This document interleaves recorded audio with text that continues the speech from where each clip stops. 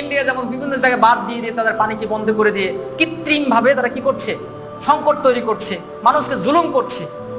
যখন বাংলাদেশে পানির প্রয়োজন তখন পানি দিচ্ছে না, আজ যখন পানির দরকার নাই তখন পানি কি করে বন্যায় ডুবিয়ে দিচ্ছে, কোটি কোটি মানুষ বিপদে পড়ছে, অনেক মানুষ কি করছে, মৃত্যুবরণ করছে।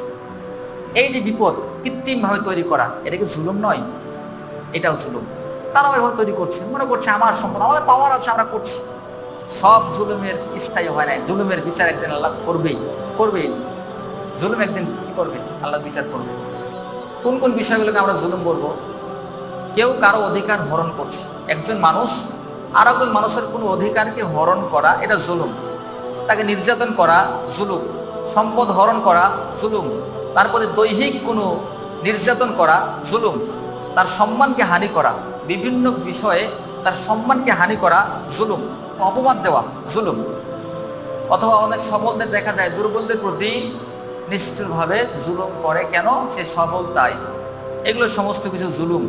আল্লাহ সুবহানাহু ওয়া তাআলা জুলুম সম্পর্কে বলছেন সূরা আশ-শুআরা 227 নম্বর আয়াতে আল্লাহ সুবহানাহু ওয়া তাআলা বলছেন, সায়ালামুল্লাযীনা যালামু, যারা জালেম, যারা একজন আরেকজনের প্রতি জুলুম করছে, তারা অচিরে জানতে পারবে যে আইয়া মুনকালিবিন ইয়ানকালিবুন, তাদের প্রত্যাবর্তন স্থানটা কোথায়। যারা এক প্রতিবেশী আরেক প্রতিবেশীর সাথে জুলুম করে, কারো সম্পদ জোর করে দখল করে, অথবা কোনো রাষ্ট্রের প্রতি যদি জুলুম করে, এই সমস্ত কিছু জুলুম যারা করে, সব জুলুমকারীরা এক সময় তারা জানতে পারবে তাদের অবস্থানটা কোথায়। অর্থাৎ তাদেরকে তো কিয়ামতের মাঠে এই জুলুমের কারণে জাহান্নামে দেওয়া হবে। এই জাহান্নাম তাদের প্রত্যাবর্তন স্থল, এই স্থানটা তাদের জানতে পারবে। এটা আল্লাহ সুবহানাহু ওয়া তাআলা সূরা শুআরার মধ্যে বলছেন। জুলুম অত্যন্ত কঠিন। রাসূল সাল্লাল্লাহু আলাইহি ওয়াসাল্লাম একটি হাদিস আপনাদেরকে বলি, আদাবুল মুফরাদে সহিহ সনদে হাদিসটি বর্ণিত হয়েছে। সাওবান রাদিয়াল্লাহু তাআলা প্রায় সময় একটি কথা বলতেন। সে কথা হলো কি, মা মিন রাজুলাইনি ইয়াতাসারিমানি ফাওকা সালাসাতি আইয়াম, দুইজন ব্যক্তি 3 দিনের বেশি সম্পর্ক ছিন্ন করে থাকতে পারে না। যদি থাকে ফায়াহলিকু আহাদুহুমা, তাহলে দুইজনের একজন ধ্বংস হবে। ফামাতা ওয়া হুমা আলা যালিকা মিন মুতাসারিমাতিন ইল্লা হালাকা জামিআন, এই সম্পর্ক ছেদ অবস্থায় যদি মৃত্যুবরণ করে, কেউ একজন যদি মৃত্যুবরণ করে, তাহলে তাদের দুইজনেই ধ্বংস হবে। ওমা মিন জারিন ইয়াজলিমু জারুহু ওয়া ইউকহিরুহু, তিনি আরো বলেন যে এক প্রতিবেশী আরেক প্রতিবেশীর সাথে জুলুম করে অথবা নিষ্ঠুর আচরণ করে, তাকে বাড়ি ত্যাগ করতে বাধ্য করে, ইল্লা হালাকা, সে ব্যক্তি ধ্বংস হবে। তার মানে যেটা বোঝা যাচ্ছে, জুলুম করে, অত্যাচার করে, বাড়ি ত্যাগ করতে বাধ্য করে, এমত অবস্থায় সে ব্যক্তি ধ্বংস। আর জুলমু জুলমাতুন ইয়াউমাল কিয়ামাহ, দুনিয়াতে বহু জুলুমকারী, বহু জুলুমবাজ পরকাল অন্ধকার দেখবে, কিছুই দেখতে পাবে না। পরকাল অন্ধকার, কিছুই নাই। তার মানে পরকাল ক্ষতিগ্রস্ত, তারা পরকালে জান্নাত পাবে না, তারা পরকালে জাহান্নাম থেকে মুক্তি পাবে না, তারা পুলসিরাতের পুল দেখতে পাবে না যে পার হয়ে যাবে। সেখানে কঠিনভাবে তারা ক্ষতিগ্রস্তের শিকার হবে। দুনিয়াতে যারা জুলুম করবে, যারা জুলুম করে, তাদেরকে সাহায্য করা, তাদের পাশে থাকা, তাদেরকে সাপোর্ট করা, তাদেরকে সমর্থন করা, এটা আল্লাহ তাআলা নিষেধ করেছেন। কি বলেছেন? ওয়ালা তারকানু ইলাল্লাযিনা যালামু, আল্লাহ সুবহানাহু ওয়া তাআলা বলছেন, তোমরা জালিমদের সাথে ঝুঁকে যেও না। জালিমরা যেদিকে করছে, জালিমরা জুলুম করছে, তোমরা সেটার সাথে সমর্থন করিও না। ফাতামনাস মাসাকুমুন নারু, যদি তোমরা জালিমদেরকে সমর্থন করো, জালিমদের প্রতি ঝুঁকে পড়ো, তাহলে তোমাদেরকে আগুন স্পর্শ করবে, মানে তোমরা জাহান্নামে যাবে। তাহলে কোনো ব্যক্তি যদি, কেউ যদি কারো প্রতি জুলুম করে, কোনো প্রতিবেশী যদি কোনো প্রতিবেশীর সাথে জুলুম করে, আর কেউ যদি জুলুমের কি করে, সমর্থন করে, জুলুমের পাশে থাকে, জুলুমকারীর পাশে থাকে, তাহলে আল্লাহ তাআলা বলছেন সেই ব্যক্তিকে জাহান্নাম স্পর্শ করবে। অত্যন্ত কঠিন কথা। জুলুমের শাস্তি আল্লাহ সুবহানাহু ওয়া তাআলা দুনিয়াতে দেন। দুনিয়াতে দুইটি জিনিসের শাস্তি আল্লাহ তাআলা দেন। সূরা তিরমিজির হাদিস, এটা 2511 নম্বর হাদিস, যেখানে দুইটি পাপের কথা উল্লেখ করা হয়েছে। একটা হচ্ছে জুলুম, আর একটা হচ্ছে আত্মীয়তার সম্পর্ক ছিন্নকারীর শাস্তি আল্লাহ তাআলা পৃথিবীতে দিয়ে থাকেন। সহিহ বুখারীর 1496 নম্বর হাদিসে রাসূল সাল্লাল্লাহু আলাইহি ওয়াসাল্লাম বলছেন, ওয়াত্তাকি দাওয়াতুল মাজলুম, তোমরা মাজলুমের দোয়া থেকে, মাজলুমের দোয়াকে ভয় করো, সেই দোয়া থেকে তোমরা বেঁচে থাকো। ফাইনা লাইসা বাইনাহু ওয়া বাইনাল্লাহি হিজাব, কেননা তার দোয়া, এই মাজলুমের দোয়া এবং আল্লাহর মাঝে কোনো পার্থক্য থাকে না, সরাসরি আল্লাহ তাআলা কবুল করে ফেলেন। সুবহানাল্লাহ। তাহলে কেউ, কোনো ব্যক্তি যদি, আপনার প্রতিবেশী আপনার পাশে বসবাস করে, আপনি তার প্রতি যদি জুলুম করেন, অত্যাচার করেন, অত্যাচারের সীমা এমন পর্যায়ে চলে যায়, তাকে গৃহত্যাগ করতে বাধ্য করলেন, আর সে যদি অত্যাচারিত হয়ে আল্লাহর কাছে কি করে, দোয়া করে, এই দোয়া তার মাঝে আর এই দোয়ার মাঝে, আল্লাহর মাঝে আর দোয়ার মাঝে কোনো কি থাকে না, পার্থক্য থাকে না। সরাসরি আল্লাহ তাআলা এই দোয়াটা কবুল করে নেন, কোনো হিসাব, কোনো পন্থা থাকে না। এই জুলুম সম্পর্কে ইবনে মাজাহ একটি হাদিস বর্ণিত হয়েছে, 4019 নম্বর হাদিস, যেখানে আব্দুল্লাহ ইবনে আমর রাদিয়াল্লাহু তাআলা আনহু তিনি বর্ণনা করছেন। তিনি বলছেন, নবী করিম সাল্লাল্লাহু আলাইহি সাল্লাম মুহাজিরদের নিকটে এগিয়ে গেলেন। যারা মুহাজির হিজরত করেছে, এই মুহাজিরদের নিকটে এগিয়ে গিয়ে বলেন, তোমরা 5টি বিষয়ে তোমাদেরকে পরীক্ষা করা হবে। তার একটা হচ্ছে লাম তাজহারু ফাহিশাতান ফি কওমিন কত্তু হাত্তা ইউলিনু বিহা ইল্লা ফাসা ফিহিমুত তাউন। যখন সমাজের মাঝে যখন জেনা, যখন ব্যভিচার, যখন অশ্লীলতা বৃদ্ধি পাবে, সমাজে সবাই ব্যভিচার করবে, সমাজের মাঝে বেপরদা বেড়ে যাবে, সমাজের আপনার মেয়ে ছেলেরা যারা আছে অবাধে মেলামেশা করবে, এরকম যখন একটা সিচুয়েশন তৈরি হবে, তখন ইল্লা ফাসা ফিহিমুত তাউন, মহামারী আকারে প্লেগ রোগ হবে। কিন্তু তখন যদি চলে আসে, আপনার মানুষ গ্রামকে গ্রাম, আপনার মহল্লাকে মহল্লা একেবারে কি হয়ে যাবে, শেষ হয়ে যাবে। খুব কঠিন একটা পাপ, এটা একটা শাস্তি। 2 নম্বর বলছে, যখন মানুষ ওজনে কম দেয়, যখন মানুষ কি করে, ওজনে কম দেয়, মানুষকে প্রতারণা করে, মানুষকে ঠকায়, তখন সমাজে দুর্ভিক্ষ এবং অত্যাচারী শাসক নিযুক্ত করা হবে। সমাজে দুর্ভিক্ষ নেমে আসবে, অত্যাচারী শাসকরা আসবে, তারা সমাজে কি অত্যাচার করবে, তারা মানুষের প্রতি জুলুম করবে, অত্যাচার করবে। দেখুন তো আজকের সমাজের সাথে মিলিয়ে আছে কিনা, অত্যাচার আছে, জুলুম আছে, নির্যাতন আছে, সবকিছু আছে। আশ্চর্য কান্নায় জর্জরিত হয়ে যাবেন, যেরকম ভাবে অত্যাচার, যেরকম ভাবে জুলুম করা হয়েছে বিগত মাস, 1 মাসের মধ্যে। আপনি জানেন কতটা মানুষ নিষ্ঠুর হলে, কতটা জুলুমবাজ হলে, কতটা খারাপ হলে মানুষ এরকম ভাবে গণহত্যা চালাতে পারে মানুষের প্রতি। আমি আশ্চর্য হয়ে গেলাম, একটা ভিডিও আমার সামনে আসলো, একটা ব্রিজের পাশে একটা মানুষকে কিভাবে গণহত্যা ভাবে মানুষ হত্যা করছে, কিছু মনেই করছে না। একজন মানুষকে বলে যাও, চলে যাও, চলে যাও, মানুষটাকে চলে যাচ্ছে, পিছন থেকে গুলি মেরে দিল। ভিডিও প্রকাশিত হচ্ছে, আপনারা দেখেছেন, এগুলো মাত্র সব জানা কথা। তো এই যে মানুষ যখন জুলুম করে, তা আল্লাহর পক্ষ থেকে জুলুমের বিচার কি হবে না? আল্লাহ তাআলা জুলুমের বিচার আল্লাহ তাআলা করবেন। বর্তমানে জুলুম হলে বর্তমানে সেই বিচার আল্লাহ তাআলা করবেন। ভবিষ্যতে কেউ যদি এরকম জুলুমের আশ্রয় গ্রহণ করে, তাহলে জুলুমের বিচার আল্লাহ তাআলা করবেন, ভবিষ্যতে শিক্ষা দিবেন। যুগে যুগে ফিরাউন জুলুম করে টিকতে পারে নাই, নমরুদ জুলুম করে টিকতে পারে নাই, কারুন জুলুম করে টিকতে পারে নাই, আবু লাহাব জুলুম করে টিকতে পারে নাই, আবু জেহেল জুলুম করে টিকতে পারে নাই। তাদেরকে আল্লাহ দুনিয়াবী জীবনে তাদেরকে দেখিয়ে দিয়েছেন, তোমরা দুনিয়াতে জুলুম করেছো, তোমাদের দুনিয়াতে কি কঠিন ভয়াবহ অবস্থা হয়েছে। ফিরাউনকে আল্লাহ তাআলা নদীর মাঝে কি করেছেন, সাগরে ডুবিয়ে মেরেছেন, পানিতে পানি খাইয়ে খাইয়ে মারিয়েছেন। নমরুদ একটা মাছের দ্বারা যোদার বাড়ি খাইয়ে খাইয়ে আল্লাহ তাআলা তাকে মৃত্যু দিয়েছেন। কারণকে মাটির নিচে দাবিয়ে দিয়েছেন, সে কারণ আজও মাটির নিচে যেতেই আছে। আল্লাহ সুবহানাহু ওয়া তাআলা আবু লাহাবকে, তার পরিবার, তার সন্তান, তাকে পা দিয়ে বেঁধে তাকে দূরে গিয়ে শরীরের মধ্যে এমন দুর্গন্ধ যুক্ত ছিল, এমন দুর্গন্ধ ছড়াচ্ছিল এই আবু লাহাবের কাহিনী শুনলে আপনি আশ্বস্ত হয়ে যাবেন। তার সন্তান তার কোনো কাজে আসেনি, তার সন্তানেরাই তাকে ধরে এলাকাতে যখন দুর্গন্ধ ছড়িয়ে গেল, বলছে তোমার বাপের কারণে এলাকায় দুর্গন্ধ হচ্ছে, নিয়ে যাও, এলাকা থেকে বাইর করে দাও। তখন তাকে দূরে নিয়ে গিয়ে অনেক দূরে গর্ত করে তার সন্তানরা কি করলো, মাটির নিচে ফেলে দিয়েছিল, পুঁতে দিয়েছিল। এই আবু লাহাবের কাহিনী এরকম হয়েছিল। আবু জাহালের কাহিনী তো আপনারা জানেন, তাকে টুকরো টুকরো করে হত্যা করা হয়েছে। আপনারা দুনিয়াতে যারা যেখানে জুলুম করবে, এই জুলুমের শাস্তি জালেমবাজরা। নাজরানের একজন বাদশা ছিল, সেই বাদশার একটা জাদুকর ছিল, সে জাদুবিদ্যায় অনেক পারদর্শী ছিল। এই বাদশা তাকে ব্যবহার করতো বিভিন্ন জাদুর ক্ষেত্রে, বিভিন্ন বিষয় তাকে ব্যবহার করত।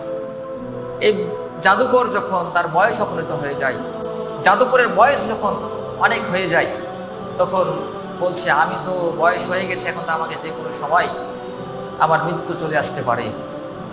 তো এমন অবস্থায় একজন ছাত্র দরকার, যেন আমি তাকে আমার জাদুবিদ্যাগুলো শিখিয়ে দিতে পারি।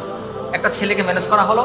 ম্যানেজ করার পর তো জাদুবিদ্যা শিখতে যায় আর আসে। রাস্তাতে প্রতিমধ্যে একটি ঘর, একটি গির্জা ঘর বা একজন পাদ্রীর জায়গা ছিল, স্থান ছিল, সেখান থেকে সে তাওহীদের দাওয়াত দিত, সে মানুষকে তাওহীদের দাওয়াত দিত। তো প্রতিমধ্যে দেখলো কিছু মানুষ সে ঘর থেকে বের হয়ে চলে যাচ্ছে।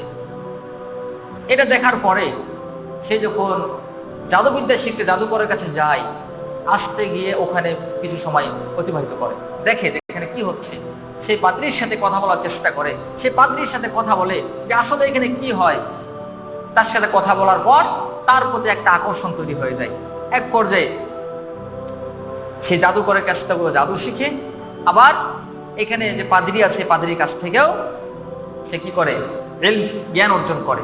এই করতে করতে এক পর্যায়ে অনেক সময় অতিবাহিত হওয়ার পর কোনো এক সময় প্রতিমধ্যে হিংস্র একটা প্রাণী, হিংস্র পশু রাস্তার মাঝে দেখতে পায়।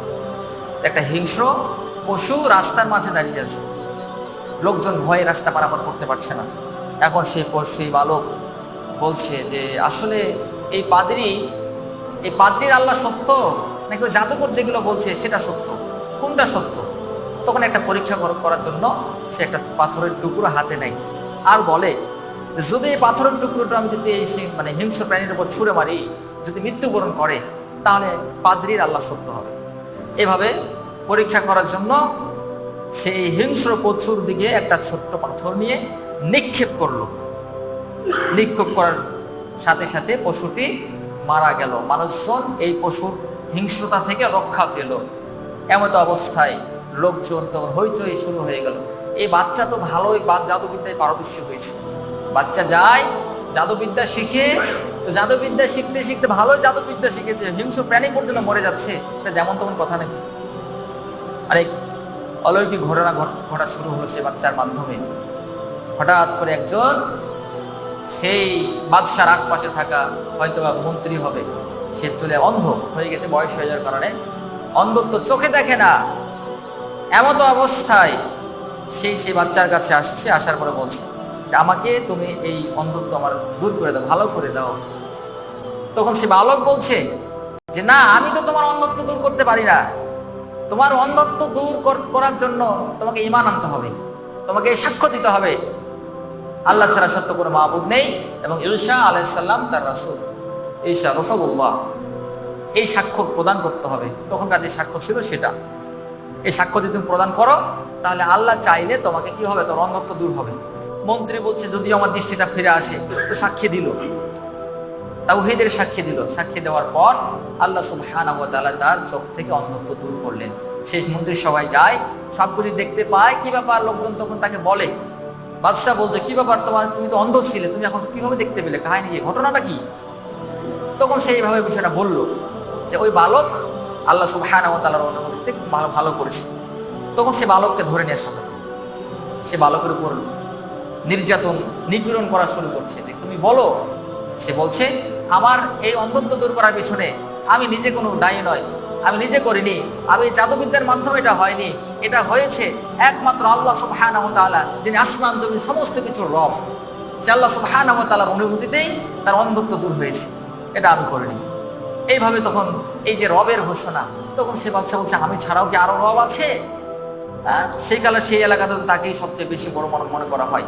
সে জাদুবিদ্যার মাধ্যমে অনেক কিছু মানুষকে কি করতো, জুলুম নির্যাতন করার চেষ্টা করত। যা হওয়ার তা হয়ে গেল। এই বাচ্চার প্রতি যখন জোর করে নির্যাতন করা শুরু হলো, তখন বলা সেই শেষ পর্যায়ে এক পর্যায়ে এমন মুহূর্তে সে তার পাদ্রীর কথা স্বীকার করলো যে না, আমি জাদুবিদ্যায় যাওয়ার সময় প্রতিমধ্যে রাস্তায় একজন পাদ্রীর দেখা হয়, তার কাছে আমি দাওয়াত গ্রহণ করি, তার ইমান, তার রবের প্রতি আমি ইমান এনেছি, এটা সে বাচ্চারা ওখানে স্বীকার করে ফেললো। তখন সে পাদ্রীকে ধরে নিয়ে আসা হয়েছে। যদি সে পাদ্রী তাকে বলেছিল তোমার মধ্যে যদি মানে কেউ তুমি যদি বিষয় জিজ্ঞাসা করে তুমি আমার কথা বললো না, কিন্তু এক পর্যায়ে সে বলতে বাধ্য হয়েছে। সর্বশেষ পাদ্রীকে ধরে নিয়ে আসা হয়েছে। কত কঠিন মর্মান্তিক ঘটনা! একজন বাচ্চার প্রতি জুলুম করে, নির্যাতন করে,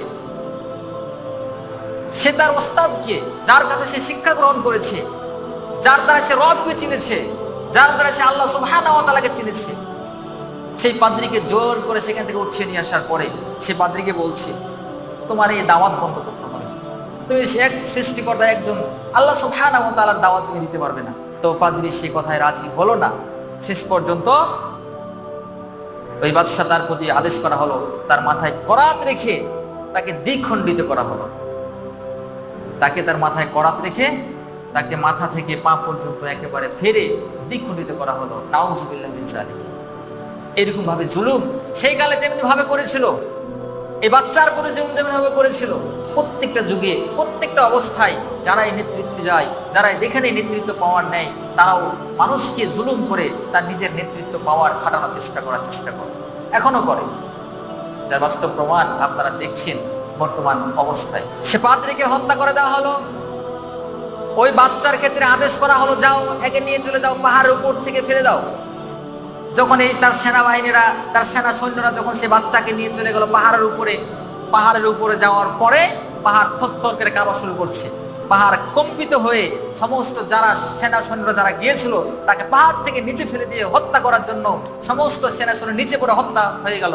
আল্লাহ সুবহানাহু ওয়া তাআলা এই বাচ্চাকে কি করলেন? হেফাজত করলেন। এই বাচ্চা সেই পাহাড় থেকে আবার সশরীরে, সুস্থ শরীরে আবার ফেরত চলে আসে। যখন এই পাহাড় থেকে নিক্ষেপ করে তাকে হত্যা করতে পারলো না, তখন আবার তার ব্যাপারে আদেশ করা হলো, যাও এই বাচ্চাকে নিয়ে যাও, নদীতে বা সাগরে নিয়ে যাও, সেখানে সে মাঝখানে তাকে ফেলে দাও, বেঁধে ফেলে দাও, হাত পা বেঁধে তাকে সে মাঝখানে ফেলে দাও।